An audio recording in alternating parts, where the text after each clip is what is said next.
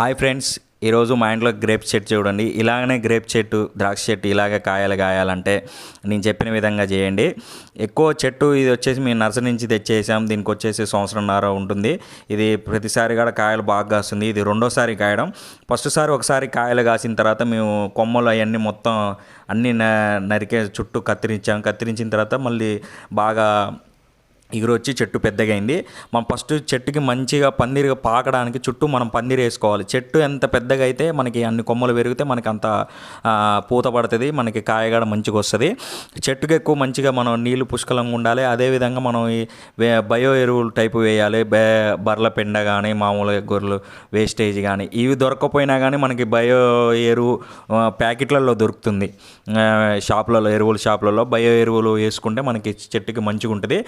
రసాయనాలు వాడొద్దు, ఎందుకంటే మనం రసాయనాలు లేకోకుండా ఇంట్లో పెంచుకుందాం అనే ఉద్దేశంతోనే మనం న్యాచురల్గా పెంచుకుందాం అనే కోరికతో మనం వేసుకున్నాం కాబట్టి రసాయనాలు ఎక్కువ వాడొద్దు. అదేవిధంగా పిండి లేకపోతే కిచెన్ వేస్టేజ్ వేసుకున్నా కానీ మనకి చెట్టుకు మంచిగా ఉంటుంది. అదేవిధంగా మన చెట్టు కొమ్మలు నరికి చెట్టు పందిరి కూడా పెద్దగా ఉండాలి. చెట్టు ఎంత విశాలంగా పెరిగితే మనకి అంత క్రాప్ పడుతుంది. అదేవిధంగా ఇలా చేయండి ఫ్రెండ్స్. మంచిగా నీళ్ళు అన్నీ కటింగ్ చేసిన తర్వాత మనకి మంచి క్రాప్ పడుతుంది. ఏదైనా చెట్టు కాయలకి ఏదైనా బూజులాగా వస్తే వేప నూనె అని దొరుకుతుంది. అది లైట్గా పిచికారీ మామూలు చిన్నవి ఉంటే అట్లా పిచికారీ చేయండి, బూజు పోతుంది, న్యాచురల్గా ఉంటుంది. అదేవిధంగా అన్ని అప్డేట్స్ తెలుసుకున్నట్టుగా మా ఛానల్ సబ్స్క్రైబ్ చేయండి, షేర్ చేయండి.